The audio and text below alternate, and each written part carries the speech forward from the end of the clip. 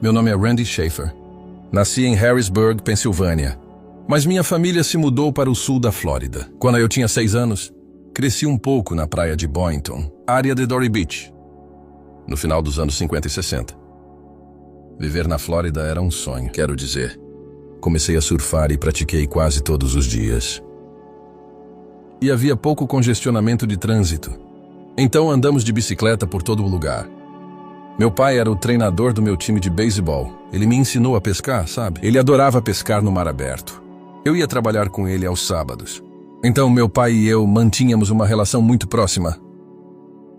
A família estava de férias em Nova Jersey e, bem, por volta das 3h30 da manhã, minha mãe acordou gritando: "Seu pai está morrendo. Ele está tendo um ataque cardíaco. Salve-o, salve-o. Faça alguma coisa logo. Peça ajuda." Eu tinha 15 anos na época. E lembro de correr pelos corredores do hotel batendo em portas, tentando conseguir ajuda. E então minha mãe saía e dizia: "Volta aqui, ele está morrendo. Tem que fazer algo." Então eu corria de volta e pegava o telefone dizendo: "Precisamos de uma ambulância eventualmente." A ambulância chegou com 2 policiais. E eu perguntei a eles, sabe: "Como está meu pai?" "Seu pai faleceu. Não há nada que pudéssemos fazer." Isso me afetou profundamente. E foi naquele momento que eu simplesmente disse: "Sabe, Deus me abandonou. Ele tirou meu pai, por que faria isso?" Crescendo religiosamente. Não tive apoio. Sabe, Deus tornou-se uma figura distante em nossas vidas. Você sabe, falamos muito pouco sobre isso. Se é que houve algum. E simplesmente não tínhamos conexão. Concluí o ensino médio. Comecei a frequentar o Palm Beach Junior College. Meu pai, na área de segurança, era um policial auxiliar, com o departamento de sheriffs de Palm Beach County. Isso me interessou. E eu decidi que queria ser policial. Até que um dia, 2 amigos meus entraram e ele disse: "Hey, vamos à estação de recrutamento da Força Aérea. Depois da escola, quer ir comigo?" Então eu disse não. "Não vou ao recrutamento da Força Aérea. É loucura agora. Apenas venha, não precisa fazer nada. Apenas venha." Dito isso, 6 meses depois. Estive na Força Aérea cerca de 18 meses depois. Recebi uma atribuição para Half Bentwaters, na Inglaterra. E eu estava na polícia de segurança na época. E acabamos ficando na Inglaterra por 7 anos. De volta da Inglaterra, fomos para Washington. DC e eu começamos a segurança presidencial em Washington. DC durante os anos de Reagan. E isso foi interessante, mas eu tinha um amigo. Ele ia para a George Washington University verificar um novo programa que eles oferecem, chamado de ciência forense. E eu disse: "O que é ciência forense? Nunca ouvi falar." Eles estavam: "Trata-se de investigar a morte e a investigação. Você sabe, crimes e afins." Um editor me prendeu enquanto eu estava na polícia de segurança. Então, em 1983, formei-me com mestrado em ciência forense. E me fascinei com a morte. E todos os aspectos disso. A Força Aérea oferece investigações especiais. Vieram me recrutar para ser um agente especial. Eles me enviaram para a Alemanha. Fui nomeado superintendente do destacamento local. Mas eles também contavam com minha habilidade na perícia. E eles me mandavam para a morte quando havia uma. Homicídio, suicídio, assaltos agravados, morte infantil, abuso infantil, qualquer coisa que exigisse um perito criminal, para ajudar a investigar esses crimes diversos. Me aposentei da Força Aérea em julho de 1992. Fiz 20 anos e 30 dias. Até a Academia de Treinamento de Policiais de Ohio. Me contrataram como instrutor de treinamento. Então comecei a treinar todos os policiais do estado de Ohio, identificando evidências, como coletar impressões digitais e evidências de sangue, e cabelos, fibras. Eu ensinei tudo e depois o procurador-geral me nomeou como subdiretor da Academia de Polícia. Fiz isso por 10 anos, sendo uma nomeação política. Quando um novo procurador-geral chega, gostaria de agradecer muito. Mas você sabe que seus serviços não são mais necessários. Me aposentei e nos mudamos para a Flórida. E então, no final de 2019, o mundo conheceu um terrível vírus. Surgindo da China, espalhou-se pelo mundo rapidamente. Rápido demais, e ninguém sabia lidar com isso. Não havia protocolos médicos. Minha filha e eu estávamos na propriedade alugada dela. Estávamos trabalhando e, de repente, dissemos ambos. Sentimos-nos muito cansados e exaustos. Minha filha sugeriu: pai, talvez tenhamos tido o suficiente para hoje. Eu tinha 67 anos na época.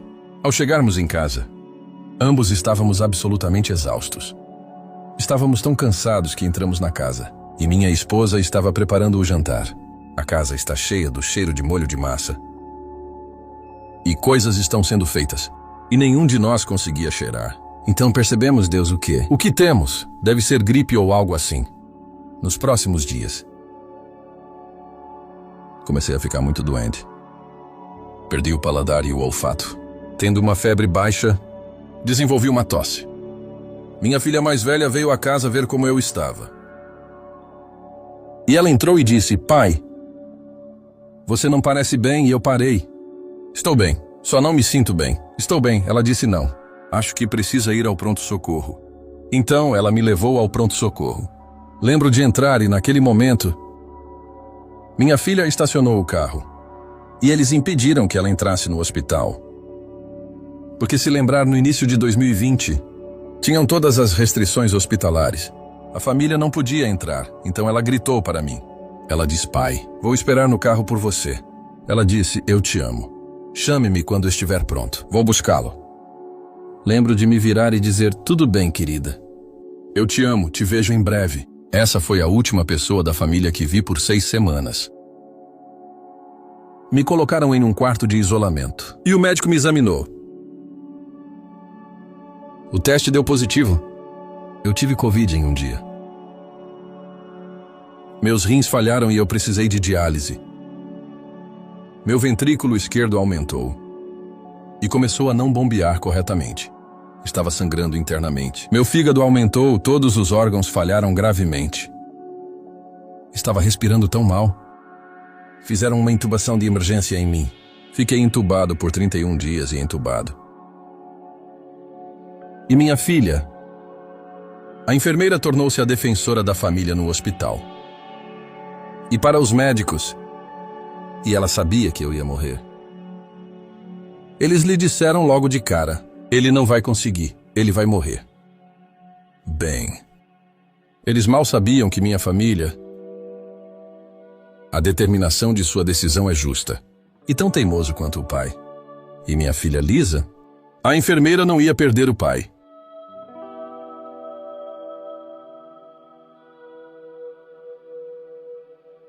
Então ela ligou para uma amiga, que ela estudou com, e ela diz: você precisa falar com o meu pai. Ele é o médico de doenças infecciosas. O pai dela ligou para minha filha e disse: seja o que for que você faça, ele diz que você deve dar plasma para o seu pai. Então ela ligou para o hospital e disse: olhe, a família discutiu o assunto. Queremos que nosso pai receba plasma convalescente. Então o hospital disse: o plasma convalescente está realmente em seus estágios iniciais. Talvez daqui a 2 ou 3 meses comecemos a usá-lo. Mas não podemos fazer agora. E ela disse que meu pai morrerá em 1 dia ou 2. Depois de várias reuniões, eles... com administradores hospitalares. Finalmente, eles disseram: o quê? Se conseguir descobrir como obtê-lo, consideraremos dar-lhe. Minha filha do meio usou as redes sociais. E com a ajuda da minha filha mais nova, a enfermeira criou um post, basicamente dizendo: meu pai está doente no hospital com Covid. Ele precisa da sua ajuda. Tiveram 2 páginas de voluntários dispostos a viajar para a Flórida para me doar plasma. Uma pessoa desconhecida.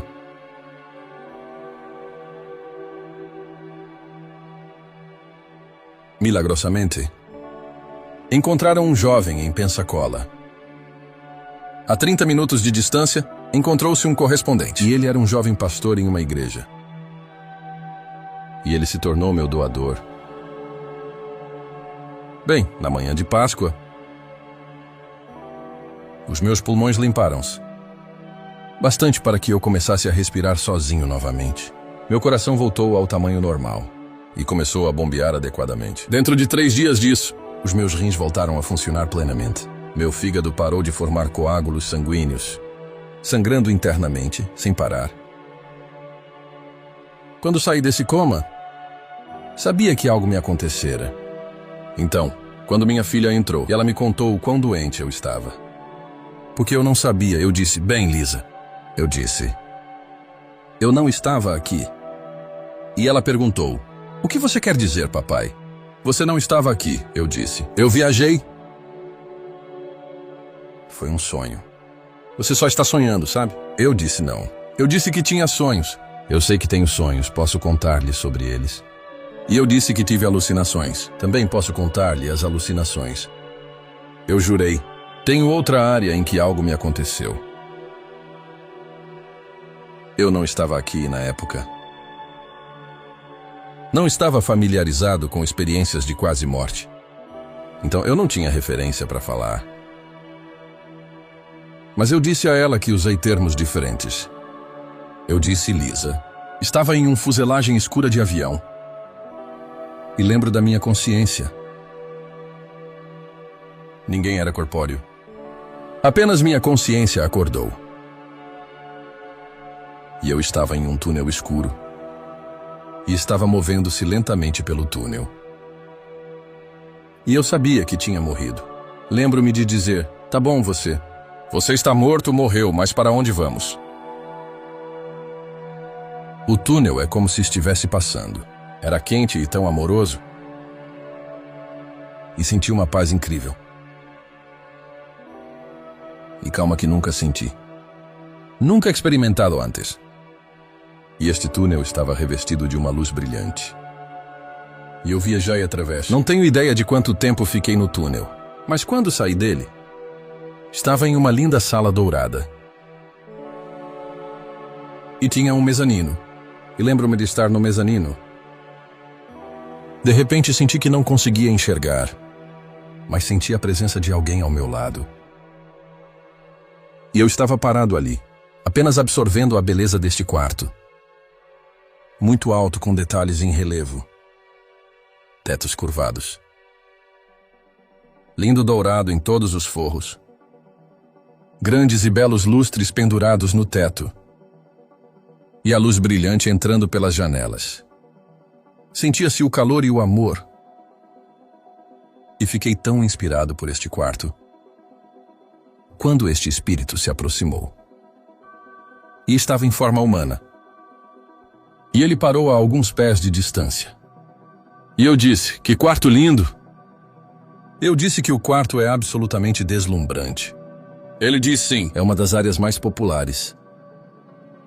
Eles são absolutamente belos. Ele diz, mas você tem que ir, você não pertence aqui. E ele apontou para essas grandes e massivas, belas portas de madeira de carvalho esculpidas. E abrimos essas portas. E lembro de sair e estar em um lugar lindo. Cidade dourada. Maravilhosamente belo. Grandes arranha-céus dourados com janelas opacas. Até onde a vista alcançava no céu. Passei pelas ruas da cidade e vi parques. E os parques eram absolutamente deslumbrantes. Um verde brilhante e lindas flores e árvores. Havia crianças brincando nos parques. E continuei me movendo pela cidade. De repente me senti perdido. Porque não sabia o caminho de volta. E eu me sentei em algo parecido com uma calçada. Eu estava sentado ali, e lembro-me de confusão e movimento à minha volta. Mas ninguém parava para ajudar. E eu gritava, ajuda-me! Estou perdido. Alguém me ajude, por favor. E senti frio, ansiedade e medo. Ao olhar para trás, ao olhar para o meu ombro direito, vi uma grande, belíssima escada subindo ao céu. Eu disse que se pudesse chegar àquela escada, talvez alguém me encontre. Então minha consciência se deslocou para a escada. De repente ouvi uma voz. Aí está Randy, e eu me virei para ver. E havia um homem com cabelo branco longo, com uma barba branca e uma bela túnica branca. E foi ele quem me agarrou dos degraus. E voltei ao meu mundo escuro e sedado. Mas minha consciência acordou e estava descendo um caminho de terra, sinalizado por belas flores e árvores, e havia um rio ao lado do caminho. E eu apenas caminhava. Admirava a beleza. E de repente surge um menino. E ele estava animado. Siga-me. Siga-me, siga-me. Ele gritava, então eu o segui. E ele me levou para um quarto lindo. E ele disse: espere aqui. E lembra-me da minha consciência, movendo-me para o rio que vi antes. Subindo o caminho, corri embaixo da sala onde eu estava. Eu via o rio serpenteando à distância. E eu estava sentado ali, apenas me falando a mim mesmo. Uma imagem tão calma, sabe? E tão pacífico. Quando o garotinho voltou e me disse: ele diz que você precisa ir embora. E eu disse que não queria ir embora. Eu disse que sinto muita paz e amor. E eu disse que sentia algo. Sinto-me em casa e ele diz: não. Desculpe, seu quarto ainda não está pronto. Você tem que ir embora, e com isso, retornei ao meu pequeno mundo escuro e sedado. Então, de repente, minha consciência despertou. E eu estava em um vácuo, sem nada ao redor. Sem árvores, sem edifícios. Nada. Mas havia orbes de luz passando. E senti novamente a presença do meu guia. E ele me indicou o que precisávamos. Tive que segui-lo. Tínhamos que entrar no vazio. Então começamos a nos mover, este vazio e a distância. Uma pequena luz acendeu. E começou a ficar mais brilhante à medida que nos aproximamos e ficamos mais claros. Até que de repente vi minha sogra. E ela estava sentada ali, muito formalmente. Muito reto e muito formal. E ela provavelmente tinha cerca de 25 anos. Talvez na casa dos 30, aparentemente. Eu sabia que era ela. E ela me olhou, depois desviou o olhar. E eu gritava para ela: Dolores. Sou eu, sou Randy. Randy, estou aqui. Estou aqui, Dolores. Mas não me reconheceu. E de repente meu guia espiritual disse que precisávamos seguir em frente. Então, quando começamos a mergulhar mais fundo no vazio, na distância ouvi a luz diminuindo lentamente. Até que simplesmente sumiu. E quando aquela luz se apagou, apareceu outra. E começou a ficar cada vez mais brilhante. À medida que avançávamos, vi meu pai. Minha mãe e minha irmã, elas estavam ali. E a luz deles começou a apagar lentamente. Fui para a distância à minha direita. Esta esfera de luz chamou minha atenção. E ele vinha em minha direção muito rápido. Muito rapidamente parou bem em frente a mim.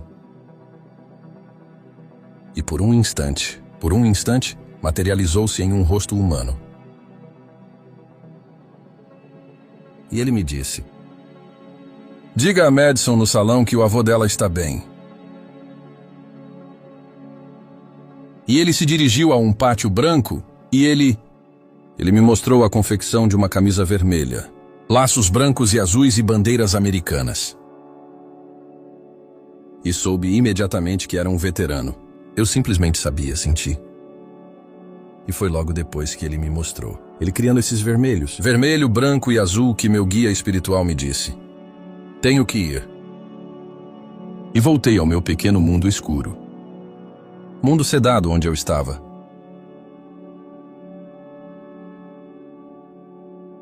Então, quando saí do coma, estava contando essas histórias para minha filha. E finalmente fui liberado do hospital. Talvez uma semana e meia depois de estar em casa. E eu contei à minha família sobre o que vivi. E o pai da minha filha: quem é Madison? Eu disse que não sei. Não conheço a Madison. Não conheço ninguém chamado Madison. E ela pergunta: quem é o homem que te contou isso? Eu disse que não tenho ideia. Eu não sei quem era ele. Como você vai encontrar a Madison? Eu disse que não sei. Mas um veterano deu uma mensagem a outro veterano. E tenho a responsabilidade de encontrá-la. Então, estando no hospital por, 6 semanas, meu cabelo estava um pouco despenteado e eu queria cortar o cabelo. Por algum motivo. Estava vasculhando a gaveta da minha cômoda. Era uma dessas portas de lixo que você nunca entra. Você só joga coisas nele. Eu estava procurando algo. Encontrei um cartão de visitas de uma barbearia local.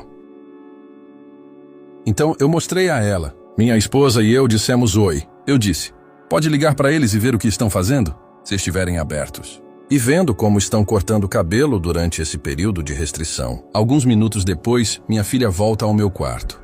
Ela começa a me interrogar. Onde peguei o cartão? Há quanto tempo eu o tinha? Onde achei o cartão? Onde peguei o cartão? Tantas perguntas. Eu disse, Lisa. Eu disse, o que você está falando? Apenas ligue e agende um horário. Ela está lá. Acho que encontramos sua Madison. E ela me entregou o cartão. E no cartão estava escrito Dia de Madison Logan. Disse para agendar um horário com Madison. Então ela me levou à barbearia. E essa garotinha chega e diz olá. Eu sou Madison, ela é. Acho que você é o meu próximo cliente. Sentamos na cadeira dela. E minha filha contou a ela o quão doente eu estava. E você? Ainda parecia bastante pálido e doente na época. Após alguns minutos, perguntei. Eu disse, Madison. Pensei em perguntar-lhe algumas questões pessoais. E ela disse, claro. E eu perguntei, ambos seus avós ainda estão vivos? E ela responde, não. Ela disse, o avô com quem eu era mais próximo faleceu. Apenas menos de um ano atrás eu disse, eu perguntei se ele era veterano. E ela respondeu, sim, ele é um veterano. Ela disse que ele serviu no exército e falou sobre o Vietnã. Então eu estava conversando com a Madison. E eu percebi que tinha a garota certa. E eu disse, Madison, acho que seu avô veio até mim e ele tem uma mensagem para você. E ela me olha com estranheza. Você sabe, eu disse, Madison. Seu avô veio e disse, diga a Madison no salão que ele está bem. E claro, ela está chorando. Estou chorando, minha filha também. Então, finalmente, depois de nos acalmarmos, eu disse, Madison, eu disse, seu avô se mudou para uma varanda branca. Isso é significativo. Ela era a casa dele em Iowa. Ela disse que tinha um pátio branco. E ele adorava sentar na varanda branca. E ele costumava sentar-se lá após se aposentar. E apenas ver todos passarem e conversar com ele. Ele adorava sentar no seu pátio branco. Eu disse, Madison. Eu disse que ele se mostrou fazendo fitas vermelhas, fitas brancas e azuis e bandeiras americanas. Isso é importante para você? E ela recuou. E ela me olhou como se eu fosse um alienígena, com lágrimas rolando pelas bochechas. E ela disse, todo dia dos veteranos. Toda a família dela. Ainda no dia anterior, eles iam à Liga Americana apoiá-lo. E eles faziam laços vermelhos, brancos e azuis. E bandeiras americanas aos túmulos de veteranos. Madison me ligou um dia e disse, eu contei à minha família a sua história. E minha avó gostaria de falar com você. E eu disse que adoraria falar com ela. Então eu liguei para ela e contei. Ela diz, ok, conta-me essa história. Então contei a ela a história do espírito que me visitou. E ela diz, o homem que te contou que se chamava John. John era um veterano e que ele serviu no exército com orgulho e participou de uma grande batalha no Vietnã e receberam medalhas. E ele era um veterano muito orgulhoso. E John morreu de um ataque cardíaco massivo em sua casa. Sozinho, o que se assemelha à morte de meu pai. E ela me perguntou, disse, você viu o rosto dele? E sugiro que, brevemente, se materializou brevemente. Você pode descrevê-lo? Eu disse que era um rosto fino. Cabelo escuro, eu disse. Talvez um bigode, não tenho certeza. Ela disse, vou te mandar uma foto. Ela me enviou uma foto e eu liguei de volta e disse, Kathy. Foi quem eu vi. E Kathy me contou que sentiu um grande sentimento de culpa e perda de John. E acho que essa é a maneira de John comunicar à sua família. Não se preocupem. Não chore, estou bem. O Covid foi uma doença terrível, que tirou milhões de vidas. Covid salvou minha vida. Agora tenho tanta paz e calma na minha vida. E isso me transformou totalmente como pessoa. Como perito criminal. Eu tinha uma personalidade intensa. Muito tipo A, personalidade agressiva. Sabe? Você precisa disso como detetive de homicídios. Pessoas vão mentir para você. Eles vão te enganar. Eles vão esconder coisas. E você precisa encontrá-los. Mas conhecer você como pessoa, isso não era eu. Depois da minha experiência de quase morte, quero conhecer pessoas. Respeite as diferenças. Eu confio mais nas pessoas. Tenho um relacionamento mais profundo com minha esposa. E meus filhos agora. Agora família e Deus vêm em primeiro lugar, antes de tudo. Sabe, era trabalho. Trabalho de várias maneiras. Sabe, faltou com essa personalidade, pois... Sabe, recitais de dança, concertos de banda ou aniversários.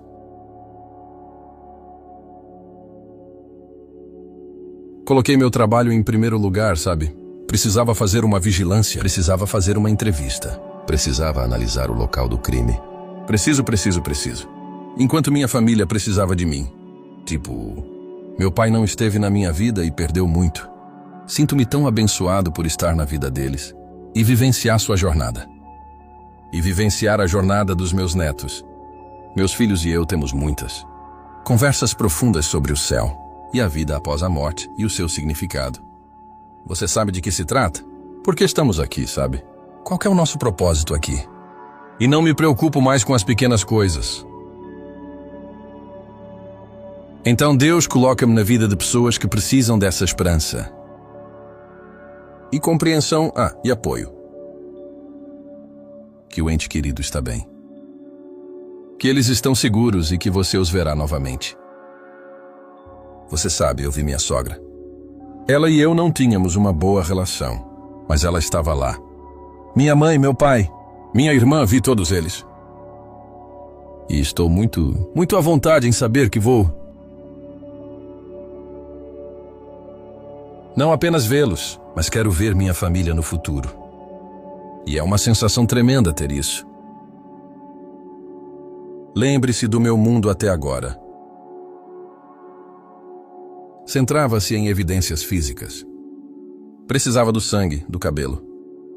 A fibra, a impressão digital para condenar alguém. Então, quando fui à igreja, foi inútil. Porque nada do que disseram me deu as provas físicas que precisava para saber.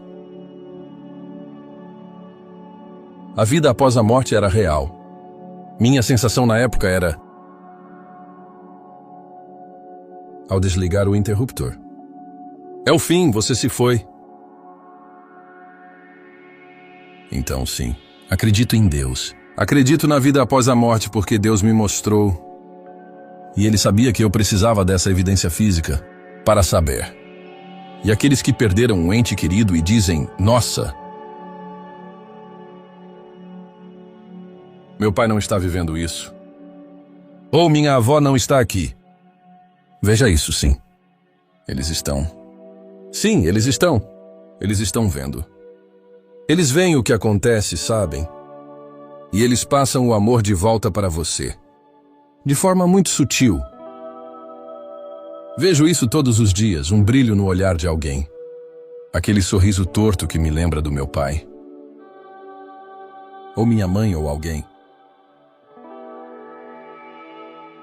Todos os dias fico admirado com o porquê de ser eu. O que fiz na vida para merecer essa bênção?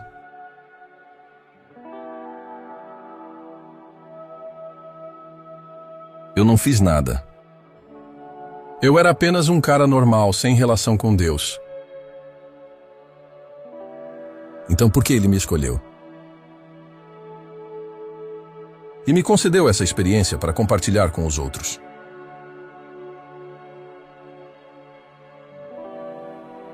Não sei, mas por que não eu? Por que não?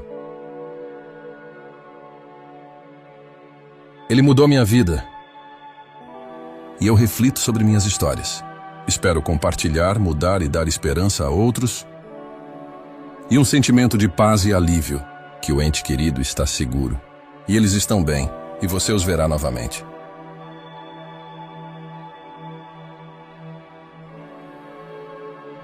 Vi recentemente uma apresentação. Isso realmente me marcou. E dizia, você sabe, se olhar para a sua mão. Temos 5 dedos individuais. Individualmente, eles funcionam. Separe, então pense nisso como sua vida. Você sabe que opera separadamente dos outros. Veja o quão poderosos somos, quando todos podemos nos unir em paz e harmonia e amor. E vivamos assim. E acho que é isso que Deus quer que façamos. Ele quer que nos unamos e amemos uns aos outros. Não há motivo para brigar, lutar e guardar ressentimentos. Isso tudo é de criação humana.